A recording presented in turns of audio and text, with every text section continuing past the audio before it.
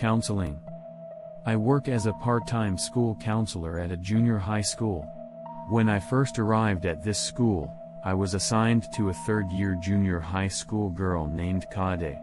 Kade's mother, rather than Kade herself, asked me for advice on how to send her truant child to school. Kade, who was later accompanied by her mother, and I decided to hold an interview. Kade, who was fair-skinned and had impressive crying brow around her eyes, had a somewhat fragile but cute face. Her mother is the one who speaks, and Kade sits silently next to me, not saying a word. According to the story, she had not been able to attend school since the 6th grade. It was not that she was being bullied, but one day she suddenly stopped going to school.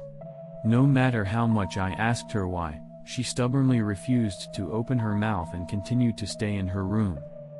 By the way, she divorced her husband early and now lives with her mother. I tried to talk to Kade several times during the interview, but she remained tight-lipped. It must have been about 20 minutes after we started the interview. Her mother opened her mouth as if she was reluctant to say anything. She said, "Sensei, actually, this girl." "Mother, stop it. Stop it." Kade's sudden loud voice interrupting her mother's words made my heart jump for a moment. "I was so sorry, Kade. But this man is a counselor, okay? But not just yet." What in the world was going on? "I'm going to end today for now. Mom, next time I would like to talk with Kade one-on-one, is that okay? Children tend to get nervous when their parents are around." Her mother agreed to my suggestion, and Kade gave a small nod. I reminded her again that a deep-seated problem might be lurking. Later, on the second meeting day, she came to the meeting alone as we had agreed. Her mother dropped her off at school. It was a Saturday and the school was empty except for students involved in club activities. First of all, I thanked her for coming to the school. "Since you came today, you must be willing to change the situation, right?" "Yes." She responded to my question in a voice like a mosquito. I could tell that she was quite nervous. First of all, I want to know why she stopped going to school, but to do so, I need to gain her trust.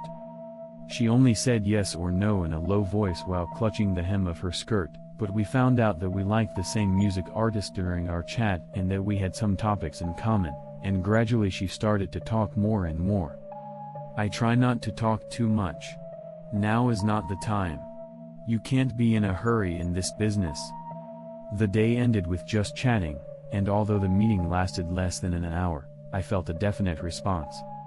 By the third meeting, we had almost completely broken the ice, and she began to smile more often, even calling me Aki-chan in a friendly way. The outline of Kade as a person became much clearer.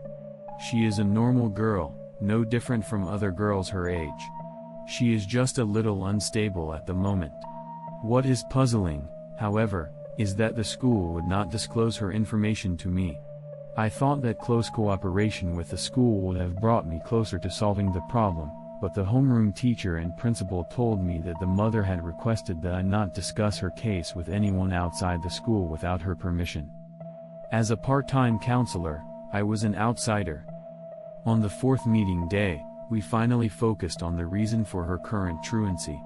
As usual, we began with idle chit-chat, then gradually shifted to the main topic, and finally we came to the conclusion. I confessed my feelings to a boy I liked, and he turned me down, and I thought it was all over. She confided the reason in tears and with a hiccup. Adults may think, what's the big deal? But for children of this age, a failed confession is the end of the world. I gently put my hand on her crying head. You did your best. That's great. Don't worry. The day will definitely come when you will grow up and be able to laugh at the good experiences you had. Are you married, Aki? She asked me, which was unusual for her. Yes, I have a husband who is 2 years older than me. And we are expecting a baby. Then she opened her eyes and looked at my stomach. You will meet someone wonderful one day.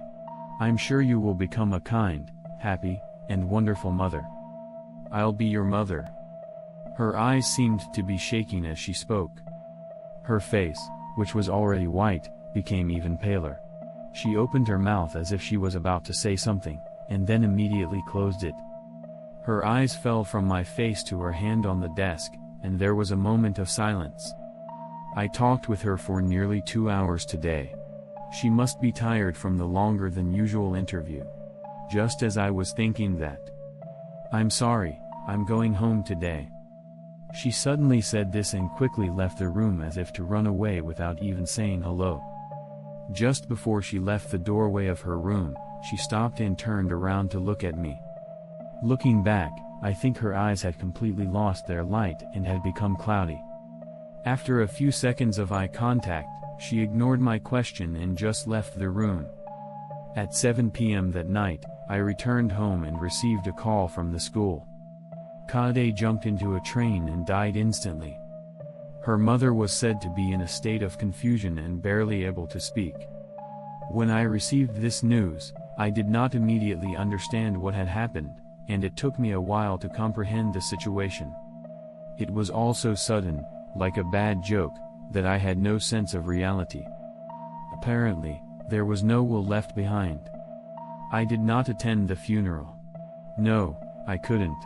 I could not attend the funeral because her mother had strongly requested the school not to allow me to attend. The school then informed me that Kade had gender identity disorder and was physically male. Her mother seemed to have decided that there was no reason to keep it a secret any longer. Why didn't I feel any different before? I cursed myself for my narrow-mindedness. Kade must have struggled every day to confide that fact to me. And if things had gone in the right order, the girl would have surely gathered up her courage and confided in me. Her mother must have believed that and kept quiet about it. "You will be a kind, happy, wonderful mother." These words, which I had spoken unintentionally at that time, were a total denial of her childbearing impotence. I had just declared to her that she would never be happy. I felt as if my hands were covered in blood and my heart was crushed with guilt. A short time later, an envelope from an unknown sender appeared in my mailbox. Inside, there is only one piece of letter paper. "Are you satisfied with sending Kade to her death? I guess you will continue to make many people unhappy as a counselor who gives self-satisfied sermons. I sincerely pray that you will go to hell." I tore up the letter paper. I vowed never to work as a counselor again. The years passed and I had a daughter. I spent my dizzying days as a full-time housewife, and before I knew it, my daughter was 2 years old. I wonder if I am happy now. I still remember that day when Kade turned around at the door and looked at me, as if it was yesterday. It's been a long time since I quit my job as a counselor, but the memory of those few days I spent with Kade suddenly makes my heart clench. Let's forget about it. There is no use in having regrets. For now, I'll cherish my life with my family. Then one day, I was folding laundry in my room when I heard my daughter's presence behind me. She said, "Mom, I'm busy right now, let's play later." I said with my back to her, "Aki, I'm finally a girl." I turned around. To see my daughter, who had been born with a weepy face around her eyes, just smiling at me. This concludes this story. Thank you for listening to the end.